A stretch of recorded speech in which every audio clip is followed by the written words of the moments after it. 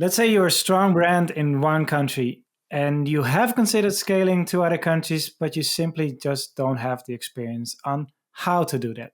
In that case, this episode is for you. Scaling global is something not to be afraid of. It is possible, it does require some research, and we want to give you this episode to actually get started with your global journey. This is Dayu and Simon here on the EcommOps Podcast, and we're going to tell you more about going global with your brand. Okay, I'm very excited about this episode.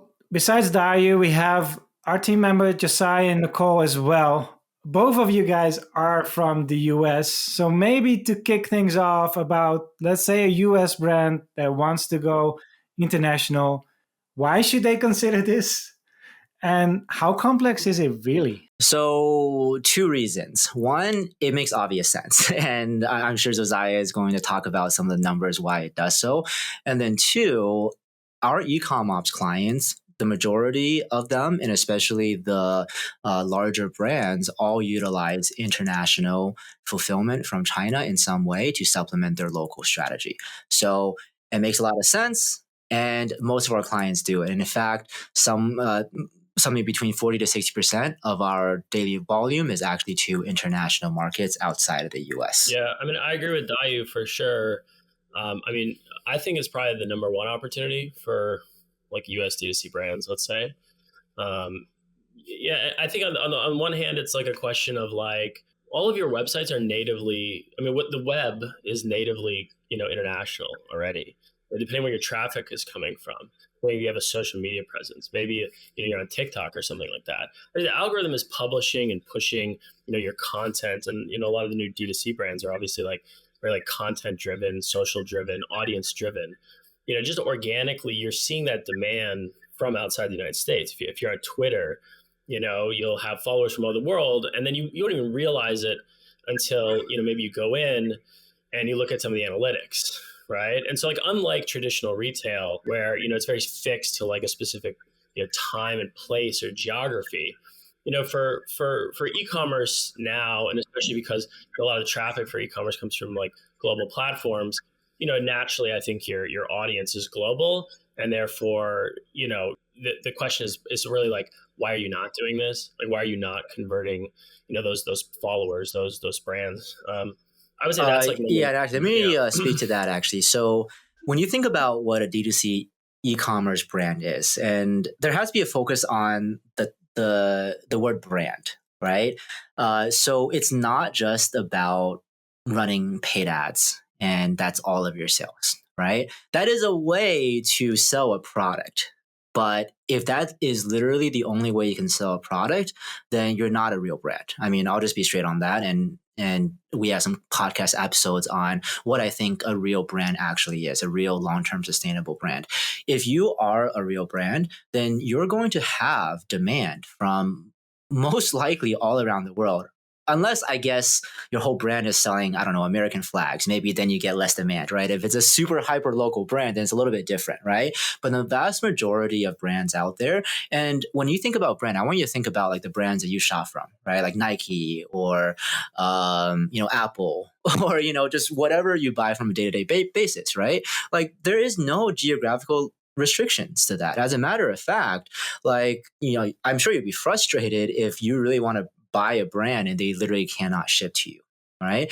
So for brands these days, and just I was mentioning things like social media and, kind of how much awareness you have out there, it's not about just your social media strategy. It's not about like how much ads you spend on like sponsored posts, whatever, right?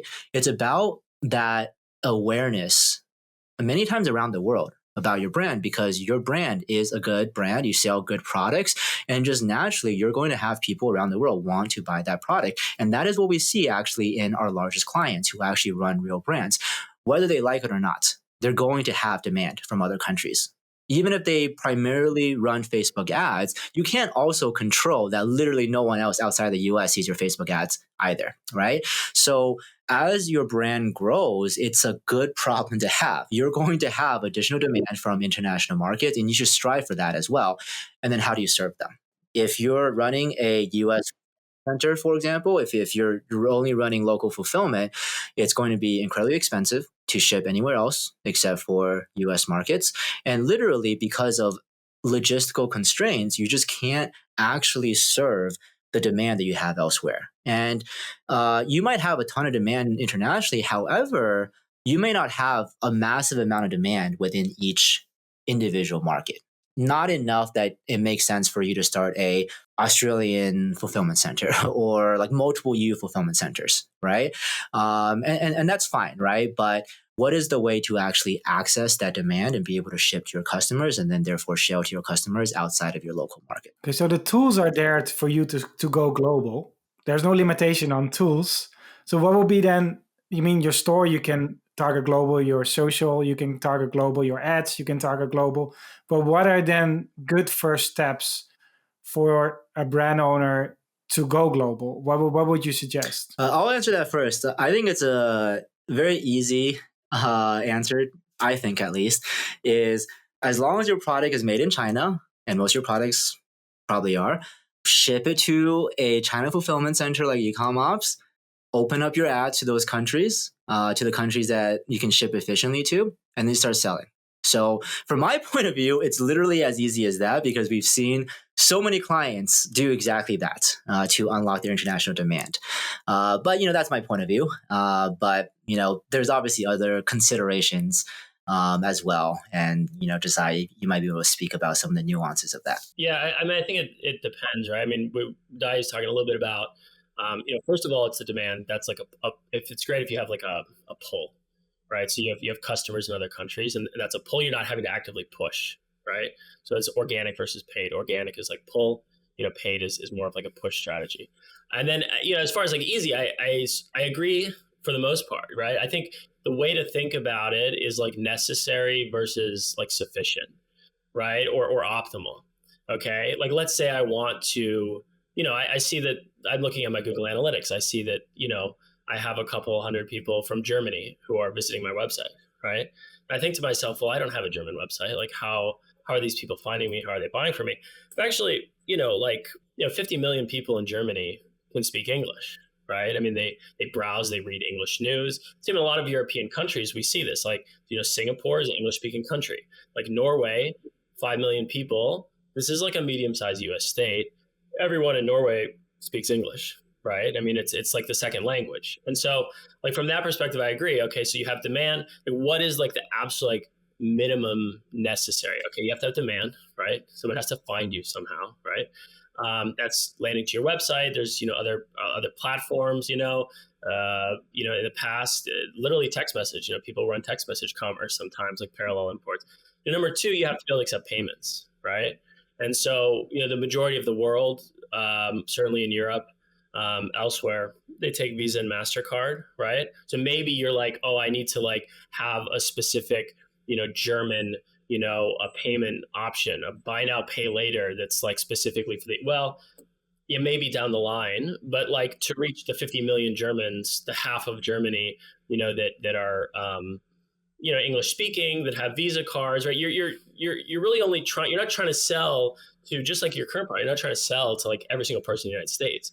You already have audiences, right? So find your audience. You're selling beach towels in Florida, right? You're not really worried about like, oh my gosh, I can't reach these. You're selling cosmetic products. You're targeting half the market, right? And so, yeah, demand. Are you able to accept payments? Like number two. And like number three, are you able to ship, right? And so for sure, I think probably the shipping, shipping cross border is where a lot of people have, questions, right? Because you are crossing an international border with that package versus like, okay, if I'm shipping something from Florida to New York, right? Like it's one country. So I would say I agree. And then there's like sort of like additional things like maybe you think about, but in terms of like the bare minimum necessity, it's literally like I've had customers for brands that I've started where, someone from Japan like randomly ordered on my Shopify store. Well, I just go to the post office and I print it off and I pay a little bit more for Japanese postage and they can ship it to Japan, right? I'm not actively like targeting the Japanese market, but I'm able to accept a payment, right? I don't know how they landed on my website, but I'm able to accept the payment and I'm able to, the US Postal Service like ships to Japan technically, right? It's going to take a long time. It's going to cost a little bit more money. And so this is the point of like optimization, right? Like how do we like lower those barriers, knowing that the barriers, and I think probably like what Dayu is saying, it seems intimidating. I think we're going to get into like a lot of the, okay, what is duty, what is tax, what is cross-border B2C, all of these terms, right? They're like international trade terms, import, export.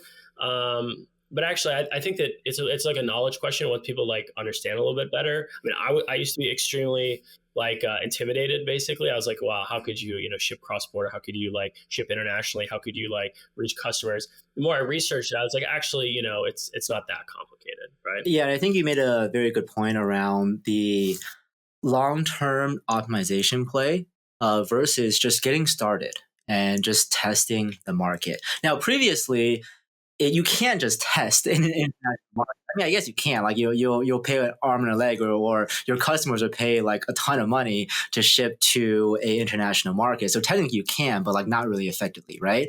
But it's not about that. So and I will be honest, if you really want to succeed in a international market, especially non-English speaking, then you do eventually want to localize. You do want to eventually have, let's say, a German language website, which by the way is not that difficult if you get to it, right? And you do want to eventually have to accept something like Klarna, which is very, very popular in Germany. However, you're not trying to you don't need to capture all the 50 million like English speakers in Germany or the entire Germany market like right away, right? You're not trying to double your sales just in Germany. You could potentially double your sales through all of these international markets put together, right? So just a slice of a market like Germany. And Germany is actually one of the tougher markets because, it's still not fully English native and there are some payment processes, but like the UK, Australia, Singapore, I mean, these are countries that can speak English. They're used to use credit cards. And honestly, you could probably use like pretty much the same marketing campaign, the same social media campaign with them as well. So at the first step is before you even think about optimizing your global strategy and like add like 3-4x to your sales like three years down the line, get started first. Like just get started and be able to test in an efficient way. And by the way, that's going to be like probably shipping from China to global markets. We'll talk more details about that later. And I actually have a real life example. So EcommOps and myself were actually partnering with a Thai influencer who was creating a creator-led brand that was originally meant to target the Thai market. But hey, we could ship internationally, so might as well actually just target like Thai-speaking populations around the world as well. And she actually put out a very simple social media post. We had 15 samples to give away to international customers, and it was a strategy to kind of gauge international demand as well. She put a simple post, and tons of comments came in asking for the product in Thai, by the way. There was Japan, there was Korea, there was the UAE, there was multiple countries in the EU, and some countries that like we couldn't actually ship to, by the way, but still, like, it was just from one social media post without even actually formally opening up these markets, there was already so much innate demand from Thai speakers in these markets. So that's just one tangible example of how first, if you have a good brand, you likely will have the ability to drive demand in different markets. And then second is there is a lot of value just to test it out, right? Just to get started and figure out the optimization problem later on. I really like what you say. It's going global. Actually, all the tools are already out there. And then the next step would be actually to scale locally. And then once you actually identify that there's a demand, then you're going to look for the solutions to actually align with what the local consumers are looking for. So actually, it sounds very easy. Basically, the tools are there to sell globally. You can ship internationally, but how does that actually then work? What would that supply chain look like, and where are people getting stuck then? So Simon, it's honestly really straightforward because if your factory is based in China and you have a fulfillment warehouse in China, like EcommOps, for example, really all you really need to do is ship that product to your warehouse and open up the channels on your platform, and we'll be able to ship directly to Actually, technically more than 100 countries. However, we do suggest that you focus on 30 or so of the top countries that have the most efficient and fastest shipping lines. And, shipping globally is actually extremely efficient, especially if you compare to, for example, shipping from the US to a international market. To the UK, for example, you're seeing speeds as fast as 4 to 6 days. Compared to the US to the UK, it might be more 1 to 3 weeks. And shipping from China to the UK, for example, compared to the US, is a fraction of the cost. 30 to 50% of the total cost. And that's not actually including the cost of you warehousing in the US in the first place. And that pattern holds itself true across most of the major e-commerce markets as well. So it's cost effective. It gets there fast enough, right? It's either somewhere like 4 to 6 days or sometimes a little bit slower, maybe 7 to 10 days or so, depending on the market. However, one thing to keep in mind is that outside of the US, there is definitely less of a pressure for extremely fast shipping speeds. Amazon Prime today has not really taken over most of the world. It's really just mostly taken over the US. So yes, in the US, faster shipping speeds is going to be somewhat more of a concern, but we're talking about global now. Someone in Australia is going to be okay with 10-day shipping because everyone in Australia knows that most brands out there are going to have a local Australian warehouse. So they need to get it somehow. Right? And most countries around the world, they're just not top markets for D2C e-com. So most D2C e-com brands, even larger ones, do not have local warehousing. So they're not going to be able to ship efficiently. So no one expects something like 2-day shipping. And they're totally fine with 7 to 10-day shipping at reasonable cost, especially if you proactively set the expectations as well.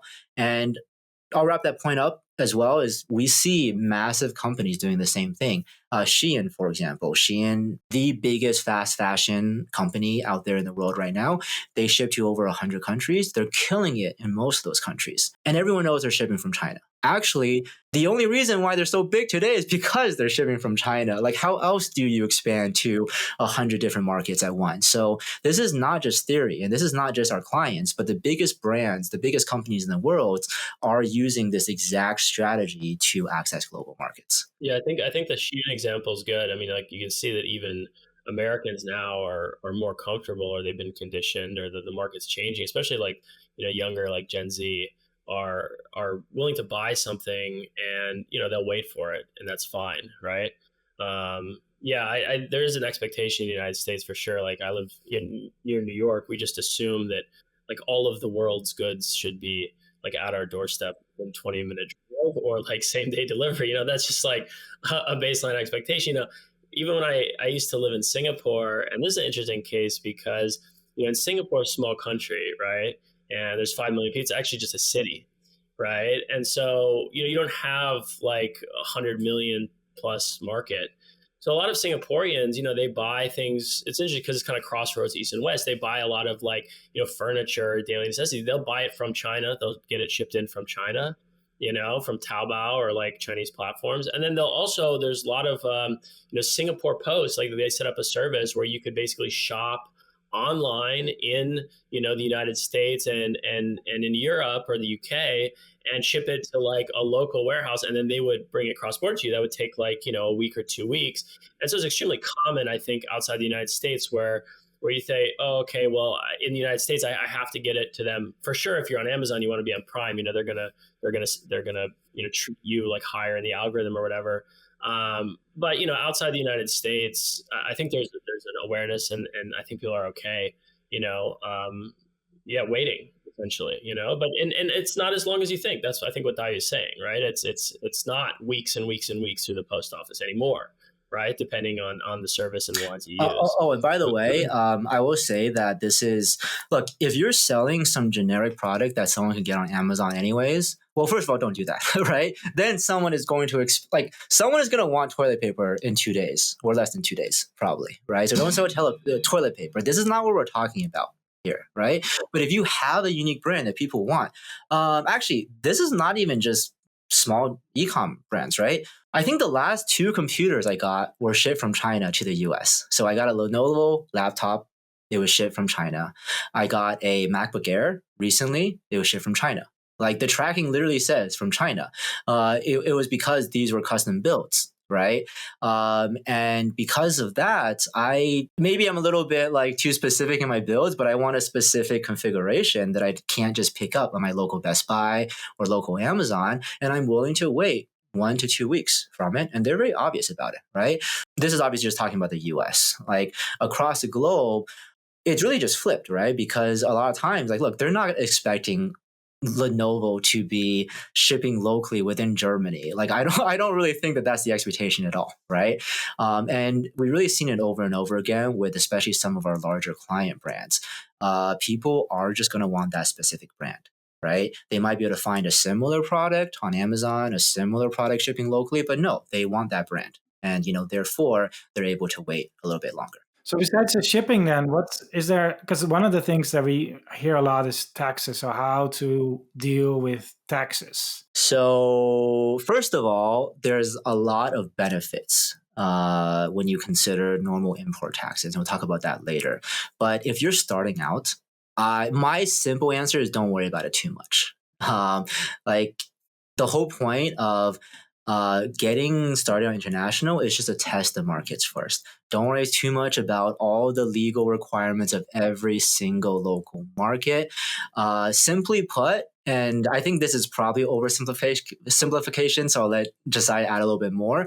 When you're just getting started, it doesn't really matter, or it doesn't really matter that much. Yeah, I mean, so for sure, if you're talking about like validating demand, I would agree. We can get into, Simon, a little bit. Let me know. We can get into, obviously more detail. And it's a country by country basis, right? When you're, going international in this way, which is we're talking cross border B2C shipping from one country, to another country, right? If you look at like how traditional retail, like let's say in the United States, you're a brand, you're a retailer. What you're doing is you're importing products. And then once you're importing thousands, maybe tens of thousands, an entire container full, of whatever the products are, right? And that's tens, hundreds of thousands of dollars. Now that's a much different, equation, right? And then shipping, one package at a time, right? I think that's what Dayu is saying is for sure, every country is a different regulations, but we're talking about most countries. And I'll take the United States for example, right? The US is probably like the most sort of free trade liberal in terms of importing for individual products, like almost in the entire world, right? So when you import something, you have to pay two things: duty and tax. Actually, duty is a type of tax. So really, just like two types of tax you have to pay. So like in the American context, let's say you're importing again like shoes or something, and then you look up, you're like, what is this product? And what is the tax I pay at the border? The border tax you pay on import is called duty, right? And now, Trump has obviously like added additional, the Trump tariffs, right, is like an additional amount. But let's say that's 15 to 20%. That's, the cost of the shoes is $10. You're selling the shoes for $100. The cost is $10. So if it's 20%, you're paying $2, right? So that's called your landed cost. You're paying $12, you import to the United States, right? The second piece of the equation is not just the duty, it's the tax, right? And we know that a lot of like American D2C sellers, right? Let's say you sell on Amazon, the platform is going to collect all like sales tax, right? In the United States, we have sales tax. A lot of other countries, we have what's called VAT, value added tax. Sounds scary, not that complicated. It's almost the same as like sales tax in the United States. So what do you have to do to be sales tax compliant? Well, if you have some kind of business or you're above a certain threshold, like I live in New York, I'm selling a product and someone buys from my website and I ship it to New York, what I have to do is I have to collect New York sales tax, right? If I go into a store, the seller on the POS system, they ring me up, okay, here's 2 beers, it's $10, and that's 8%. They're collecting 80 cents and then quarterly or monthly, whatever, they're paying that to the tax authority, right? In this case, New York, New York City, New York State, right? In the US, the tax is at, a state level and it's at a local level, right? It's not actually, we don't have like a federal level, like VAT, a value add tax, right? So those are the two things, is the duty and the tax. Now that's in a traditional model, B2B, you're importing a container full of shoes, you're putting it into stores, you're paying the duty, which is the type of tax when it's crossing the border, right? And then you're also having to pay a tax at the point of sale, right? So you're selling $100 shoes and it's 8%, that's $8. You charge the customer actually, and then, on the back end, there's obviously lots of automated systems to do this, but you're writing a check essentially to, to the New York State government, to the New York City government, right? So that's traditional retail. Now in B2C, that's business to consumer, in the e-commerce world, you're also having to do this.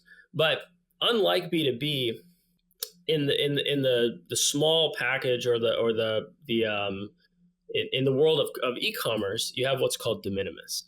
And de minimis is in the United States, okay, each country sets a different de minimis threshold, but in the United States, anything below $800 comes into the country without paying duty, right? And also, you're probably not paying sales tax because you don't have a nexus, you're not required to pay sales tax. So in the US example, let's say I'm a European brand or I'm a Chinese brand, I'm Shein, and I'm, a customer in the United States buys from my website, buys from my app. The customer in this example is the importer.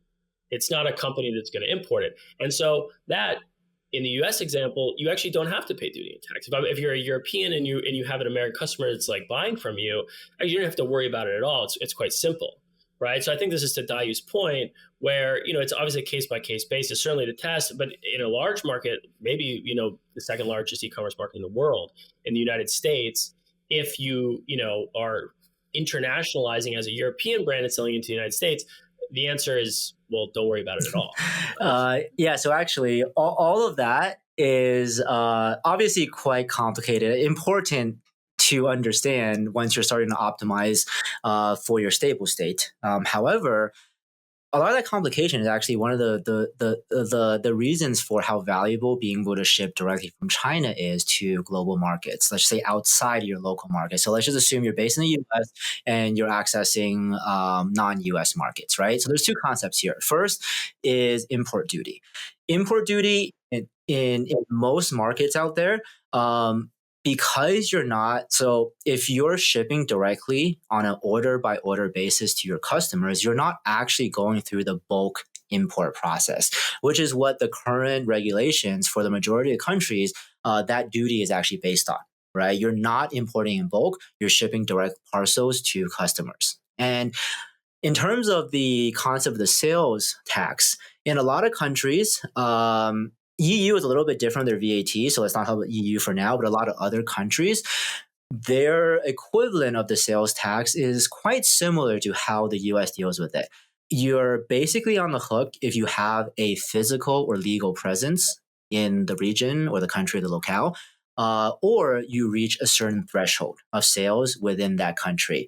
And it's typically not very low. It's $50,000, $75,000, $80,000 per year, depending on the country itself, right? So it's at some point you do want to think about it, but again, that's more the optimization, right? But if you're testing out a new market, you're going to have a good problem if you suddenly sell $80,000 worth of goods in a completely new market, right?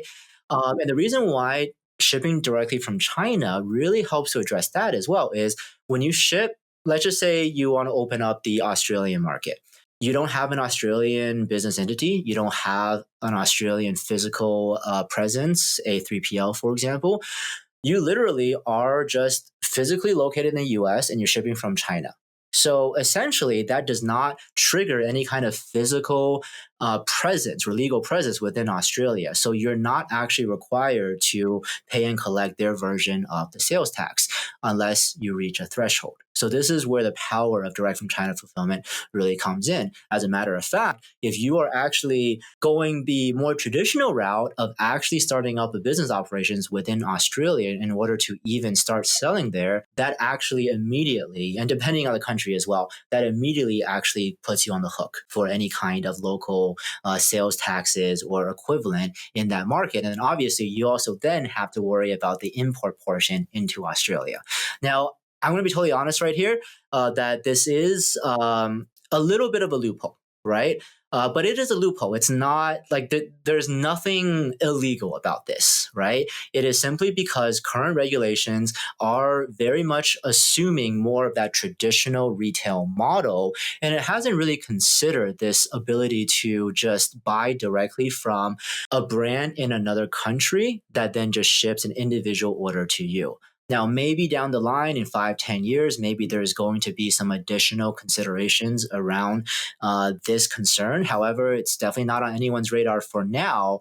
And even if it is, it's going to take years until there's something to be done about it. And at least in the time being, there is a huge value in being able to at least test on a reasonable order volume basis, shipping directly from China to global markets to get away legally from some of these tax obligations at the start. Yeah, I think that makes sense. I think the whole comparison B2B and B2C, it's a huge difference on how to approach this. You mentioned the US. I myself am from Europe. In the end, the minimums in Europe is zero, so not the $800, but zero. But it is the concept of business to consumer. So there's actually a business sending it to the consumer, so the consumer can receive it without any issue. It's either the sender, the shipper, or the seller that is that business. So under one of these three, you register the parcel to enter the EU so it can arrive to the consumer. And there is no threshold, there's no de minimis in that sense, but there is always a business involved. And I think that's something that having this zero line just confused the market, but actually the execution is the same. There needs to be an owner of the goods selling it to the consumer so that the consumer is protected and that it's traceable of actually towards the European governments. And I think that's something that is not a bad thing. It's just for you to get educated on why are these rules there and why are they different for different markets and how to navigate that. And there are tons of experts out there as well. We're happy to also jump on a call to help you specifically with your needs for you to go global. It is less complex as it actually is. The question is more, do you have enough margin to actually utilize the local regulations to your benefit of the brand? You are elevated to being a brand status. As a brand status, there's also a certain degree of compliancy in place for you actually to become more valuable. And that's something that is always the discussion where you have to navigate that. And I think it's not a bad thing for you to be educated. And that's also why we run this podcast. Yeah, so a quick note on the EU is VAT, the value added tax in the EU, is something that legally you can't get away from. Any seller, whether you're based in the EU or you're from outside the EU, you have to figure out some way to actually either collect that sales VAT, or technically the traditional model was actually have like the courier, like DHL, for example, collect from your customer. Right? There's no way around it. However, traditionally, what used to be a big problem was a very big, let's say, US-based brand would have no choice but to utilize a courier service that actually forced collect that VAT from their end customer. DHL is going to hold your package in customs, call your Dutch customer and make them pay the VAT, which is something that has just always been the case traditionally, but it just creates a very bad customer experience, right? Whereas nowadays, if you're shipping directly from China, and actually technically it's supported from elsewhere, but a lot of global services, they don't support this method. But there's actually a way to fast track that parcel through customs, and that's through the concept of what's called an IOSS number. Now, so that's a whole other topic that we can't go into detail right now, but the point is, shipping from China, there's actually a very mature and stable method for you as a brand to actually collect VAT at the right amount from your customers, attach your brand's IOSS number to that parcel, and it clears customs without any issues for the end customer. The implication is that obviously you have to collect that VAT from the customer point of sales. However, and this is something that a lot of non-EU sellers seem to be concerned about because it's additional cost. What if it affects your conversions? Look, every customer in the EU knows about VAT. They're used to paying VAT. They're used to paying that anyway. So it's not going to impact your conversions that much, assuming that you actually have a good brand, right? And as a matter of fact, this is going to just make it much more efficient. And I do also want to segue as well into, there typically is a common concern around just the paperwork involved, like, the setup involved in actually opening up into a new market, whether it's like for taxes, VAT registration, or like regulatory concerns, right? And that is true if you're going to actually import into that country and you start a physical operations. That's 100% true. And I have a little anecdote about that as well later. However, if you're shipping from China using these methods that we recommend, at least at that testing stage, you can essentially bypass most of these regulations. You can fast track through in terms of customs. And then you can figure it out when it becomes a good problem to address. Again, once you're hitting enough scale, when this actually does really matter, then it's worth it to figure out the paperwork, but not before, right? So I was talking about taxes, but I also want to talk a little bit more about like individual regulations within each country, like labeling requirements and things like that, because I'm sure that's something that's probably top of mind for especially larger US brands wondering what they need to do entering different market. Okay, so we've covered to sell internationally. We see that the shipping is not an issue. We've spoke about the import tax, the duties, the sales tax. What else is there to consider? So outside the taxes itself, one top of mind concern that I usually hear from our clients is anything you need to do with the packaging, the labeling, all right? So there is the obvious question of if you're selling to a non-English market, should you have non-English packaging? And yes, eventually. So this is my point earlier around if you really want to crush it in a market, eventually you do need to localize. You do want a local website. You do want to make sure that you have like custom like German packaging and things like that, because outside of the language itself, like culturally, there's a little bit difference as well, right? However, in order to get started, technically, you don't actually need all of that. And this is because, let's say you're a US brand and you provide the potential option for a non-US customer to purchase from your US brand. And that's key, right? You're not a German brand, but you just happen to have a German customer who happens to want to buy from your US store. And what's going to arrive, let's say, is a US branded packaging with all English, right? Now, you do want to make sure that you have the right labels for selling somewhere. You know what I mean? So like you have to make sure that it's legal to like sell in the US. You have to have the right barcodes. If it's something sensitive, you should have the right certifications, like FDA certifications, whatever it might be, right? So make sure it's like legal to sell anywhere, right? Especially in your home market. But if you have that settled, like really there's no strict regulations around like why can't a non-US customer just happen to buy from your store and maybe pay for a little bit more shipping or pay for customs? Right? That is literally not a strict, there's no laws against that pretty much like around the world. And again, the key is not having an actual physical presence, not formally having a German-based business selling that product. And you can get away with a lot as long as your product meets the requirements somewhere without having to either go through that paperwork, which actually could take a lot of time to get that approval, or, potentially actually risk any kind of legal wrongdoing by doing so, right? But again, I do emphasize that this is really how you start out and get some volume. When you really consider a certain market to be a top market, you do want to go through the regulatory process, probably having a secondary or additional packaging for that specific market. But on the flip side, if you test something, let's say in the German market, and it just doesn't work, maybe it doesn't work, right? Then what is the point of doing all that preparation in the first place, where probably the right choice is to cut that investment and focus on elsewhere? Yeah, I agree with you. It depends on the market. Obviously, it's not legal advice, right? But for sure, you have to have whatever is the minimum legal requirement, right? And actually, let's say you're sourcing products in China, depending what it is. If one of the things you're going to do is, okay, I'm going to sell into Europe, right? There's a lot of Chinese suppliers and factories that have the correct paperwork and the correct, manufacturing standards, let's say. And the factories are registered with the US FDA or to be able to create products that have like the EU CE mark. So that would be the first one, is like find the suppliers that are already manufacturing, your type of product for whatever that destination market is. Presumably that minimum legal requirement will be met.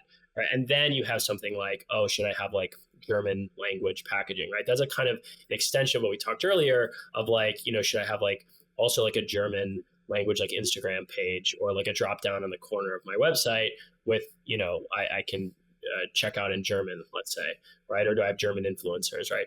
That's a kind of like not necessary for sure to test, but then, optimized if that's a market you're going towards. I will say like, the other one probably, if we're talking about specific like brands, is to check that you have the trademarks or if it's a patent, right? And there's lots of services now that will allow you to trademark everywhere in the world, right? In some markets, someone might be actually, this is a good practice, I think, just in general for all like aspiring brand entrepreneurs, is way before you ever even think like I'm going to sell anywhere other places in the world, check to see if you can get the trademark, or the brand intellectual property protection globally. It's a little bit of an investment up front, but like I know, for example, a lot of countries, unlike the United States, in the United States, actually, if you just start using a brand, you can establish trademark. People who sell on Amazon are very aware of like Amazon brand registry. You actually have to have a trademark or a logo to get brand registry in the United States. But globally, like if you're becoming quite popular in the United States, someone in another country could just register your brand.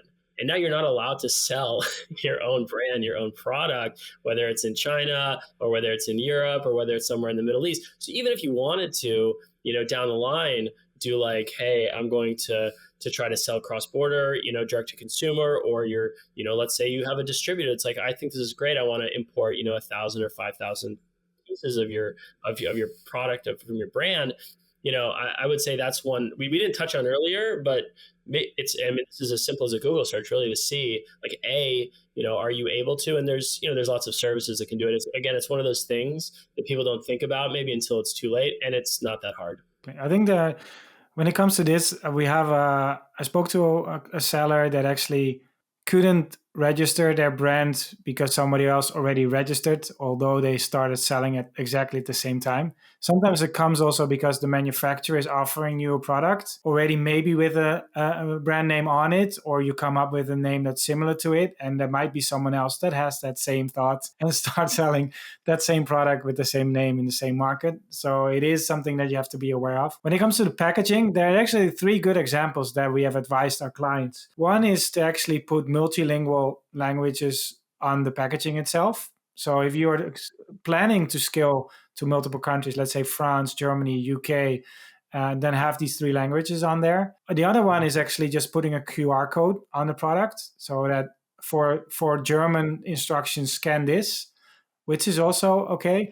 Or the third one is actually you send an email with the instructions in the local language, which is an extra service, but is actually very valuable for the consumer to receive that extra information in the preferred language. Is a service add, I would say. I think that makes sense. Yeah. So all those solutions are, I think, not only viable, but completely acceptable. These days, consumers, they do think globally. Like they want to have access to brands that are not in their local market. This is especially true for non-US countries or non-Canadian countries. It's somewhat a little bit harder for a non-English brand to tackle the US market, for example. However, it's really the opposite for other markets. They do want to access to, and actually, it's not necessarily just US brands. You have a lot of consumers who like to buy Korean brands or Japanese brands for various types of products, and they're going to want it no matter what, right? Sometimes. So they're going to be totally okay with even just ordering from a fully Korean like shop that has all Korean, and they try to figure out how to use it, for example. That's obviously not the best customer experience, but you can do relatively straightforward things to improve that customer experience, especially, and this is also where having a consolidated single warehouse for global sales, probably in China, makes a lot of sense, because you have potentially the ability to have the exact same product. And we sometimes, for example, depending on the country or the store that it's sent in, it might be a localized funnel, for example, and then we can actually input a localized instruction booklet or thank you card, for example. Or if you need, you can have either your factory or a warehouse like ours. Like if there is a strategy of sticking a local sticker for ingredients, for instructions, we can also do that for you as well. All pulling from the exact product inventory, as opposed to having a completely separate SKU for each different language that you're selling in, which increases the complexity as well. Now, again, all this is something that you really want to address when you hit scale, right? If you're selling 7 figures in one single market, you got to figure out like how to actually localize for that market. But that's a very, very good problem to have, right? But just don't let any of this really hold you back from actually just taking the step and actually just testing it out, right? Except, the baseline stuff. Make sure that your product is safe to sell somewhere, right? Make sure there's like, it's like, approved to sell at least somewhere, especially in the US. And also, like just I alluded to, like as soon as you see some promise, or maybe you already feel really good about your brand, make sure that you have the right copyright protections, trademark protections. I mean, especially in your own market. But, if you have high confidence that it's going to scale in some other market, that's probably one of your first steps to make sure you have your legal protection as well. I mean, I think the one that I can think about this is like IKEA, just like you could just like lean into it, right? I mean, half the stuff, I'm sure it was like bought from IKEA. When I buy from IKEA, I can't, half the products, I don't know what is the name, like what is the spelling, I can't pronounce it. It's like very obviously like Swedish. They just make one version of like the, I don't even know how to pronounce the name, but of whatever coffee table, right? And they sell it into 50 countries, right? It's the exact same thing from the factory. They ship it to 50 different countries. It's got the Swedish name on the side with all kinds of, like dashes on top of the vowels and everything like this. And then, it costs them maybe a penny more to like have the insert. And then you open the instructions, and the instructions is like 50 pages, right? Because they have every single language printed like in their instructions. And as an American, I'm buying this. I mean, it's kind of quirky. Like I understand that's a Swedish brand. Like I'm not buying it like in spite of the fact it's not American. Like in some ways, like that limitation, or like the fact that it is Swedish, like that's why it has some kind of like brand resonance in the market versus like, a generic like American brand doesn't, right? So I think, just know who you are and lean into it. And that's as good advice as you can have, in general, if you're trying to build a brand, right?